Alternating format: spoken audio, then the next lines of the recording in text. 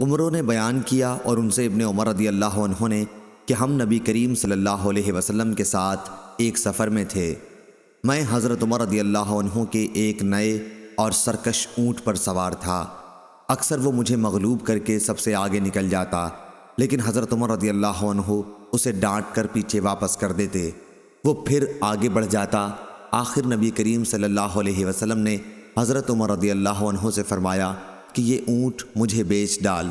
حضرت عمر رضی اللہ عنہ نے کہا، یا رسول اللہ صلی اللہ علیہ وسلم، یہ تو آپ ہی کا ہے، لیکن آپ نے فرمایا کہ نہیں، مجھے یہ اونٹ دے دے۔ چنانچہ عمر رضی اللہ عنہ نے رسول اللہ صلی اللہ علیہ وسلم کو وہ اونٹ بیچ ڈالا۔ اس کے بعد حضرت صلی اللہ علیہ وسلم نے فرمایا، عبداللہ بن عمر، اب یہ اونٹ تیرا ہو گیا، جس طرح تو چاہے اسے استعمال کر۔ صحیح بخاری حدیث نمبر 2115۔